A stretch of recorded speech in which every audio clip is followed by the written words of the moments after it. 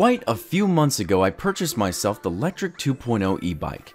The idea was to take it with me on the road trip, which I ended up not doing, but either way. I've used this bike quite a few times, and I love it. Recently though, a company by the name of Rattan found my review and told me they had an e-bike that would compete, and wanted to hear my opinions. And after having this bike for longer than I expected, I think it's time to talk about it. This is the Rattan LM-750, and this is a hell of a bike. Now there are a few versions of this bike which are named after their frames and motor strength. So for example, this bike is the LM-750, meaning it's a standard frame, LM, and 750 watt motor. They have other versions available like the LF-500, which means it's a step through with a 500 watt motor, and you can pick and choose depending on your specific preference. Now, like I was saying, this motor is a 750 watt nominal motor with intelligent pedal assist technology. Now, you may say, okay, that's a lot of big meaningless words, so what? And I know that's a mouthful, but this is actually kind of fascinating. What this means is the motor will feed unused kinetic energy back to the battery, giving you upwards of 83% more efficiency and over 50% more battery usage compared to standard e-bikes out there. Due to this technology alone, this bike is rated for 60 to 80 miles on just one charge. Now, this would be perfect conditions, of course. Flat ground, no wind, not much weight on the bike, but this feature alone is still impressive, and I'm ecstatic that this company decided to do this. I mean, if you're going to be pedaling a bike, why not use the motion to collect some energy, right? Of course, it would never be enough to actually recharge the bike, and this bike does take 4 to 5 hours to charge to full, but as for prolonging the battery life and negating drain time, I love the implementation of this idea.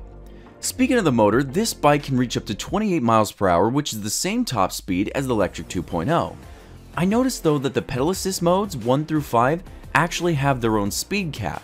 So if you're riding the bike using the throttle only, pedal assist 1 will only let you go 10 miles an hour. Pedal assist 2 will reach 15, 3 will reach 18, 4 will go 20 to 25, and pedal assist 5 will go up to 28 miles an hour, and that's just using the throttle. This is really nice and pairs well with their cruise control. All you have to do is hold the throttle at the speed you want for 5 seconds, and the bike will automatically cruise at that speed without needing you to pedal or hold the throttle down.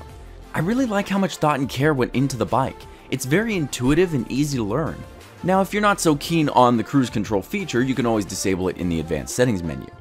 I also noticed that though this bike has a 750 watt motor, which is more powerful than the Lectric 2.0 that I own, it's also a lot smoother. The Lectric has been jerky with its power. Sometimes it'll jerk me forward or even start accelerating without me pedaling at all, which is annoying and could cause an accident. Not only is the Rattan smoother with its acceleration, but if you press the brakes at all, the motor cuts power to itself and the battery so it can't move anymore.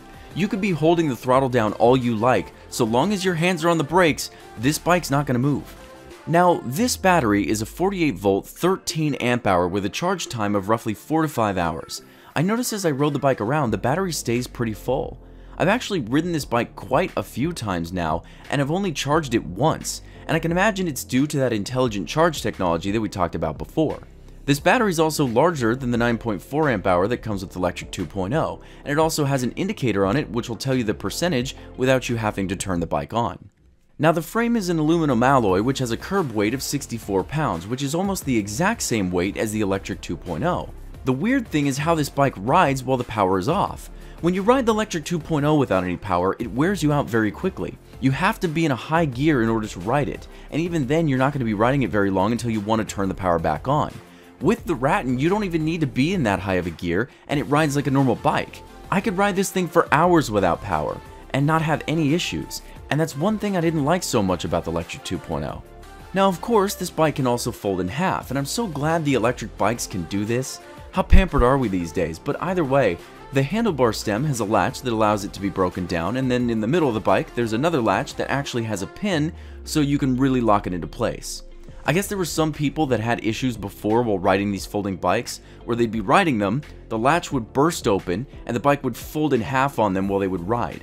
So Rattan implemented this pin so even if it does unlatch, it's not going to go anywhere.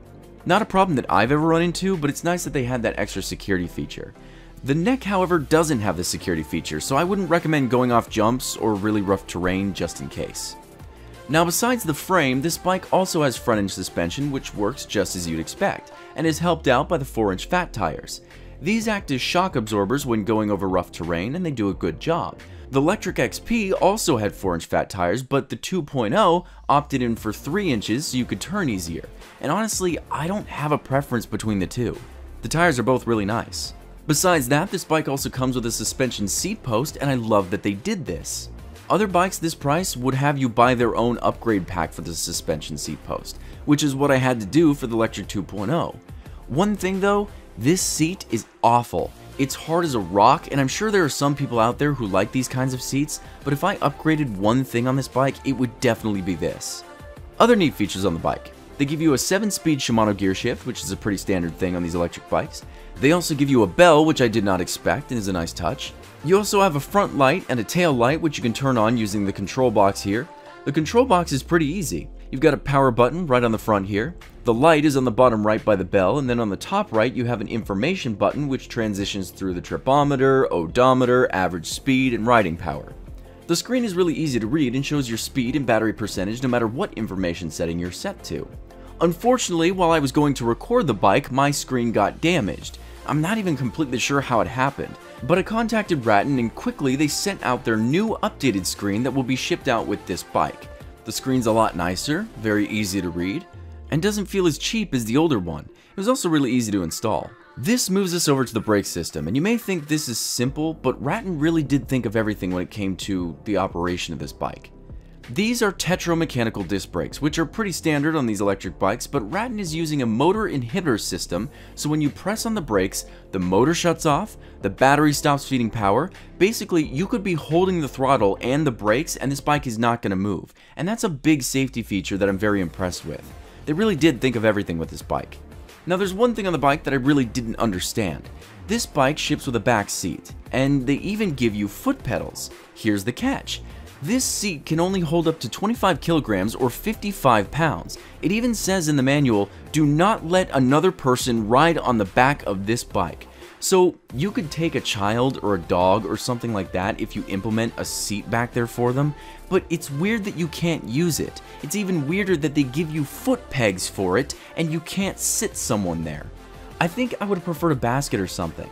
It just makes more sense than a seat that you likely won't use. Now, when I brought this up to Rattan, they told me that they'd be sending me their basket set.